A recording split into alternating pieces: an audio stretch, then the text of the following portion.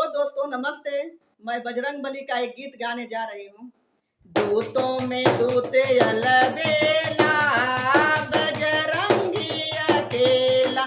दूतों में दूत अलबेला, बजरंगी अकेला।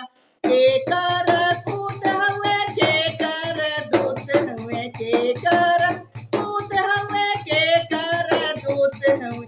कौने गुरु का चेला, बजरंगी अकेला।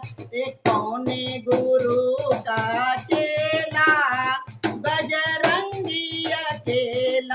दूतों में दूत अलबेला, बजरंगी अकेला।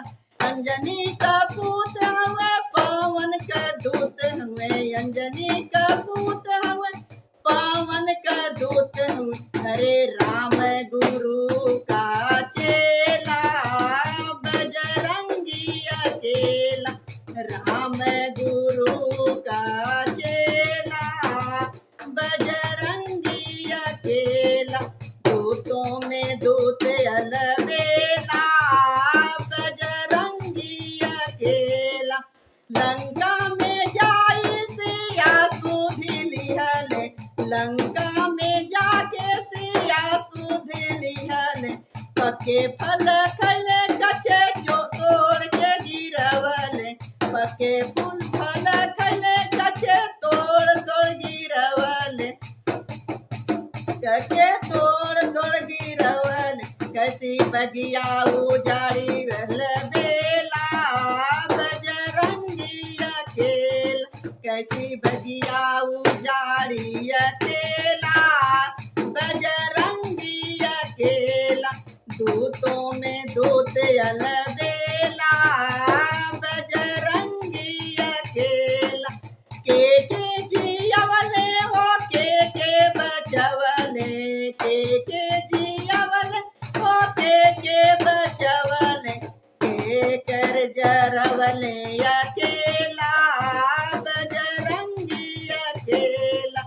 काई जरवले अकेला, बजरंगी अकेला। दूतों में दूत अलबेला, बजरंगी अकेला। लक्ष्मण जियवले हो, विभीषण बचवले। लक्ष्मण के जियवले, विभीषण के बचवले। अरे लंका जरवले अकेला, बजरंगी अकेला। लंका जरवले अकेला, बजरंगी अकेला। दूतों में दूत अलबेला, बजरंगी अकेला। दूतों में दूत अलबेला, बजरंगी अकेला। जय बजरंग बली की जय, साचे दरबार की जय। हर हर महादेव। Bye by.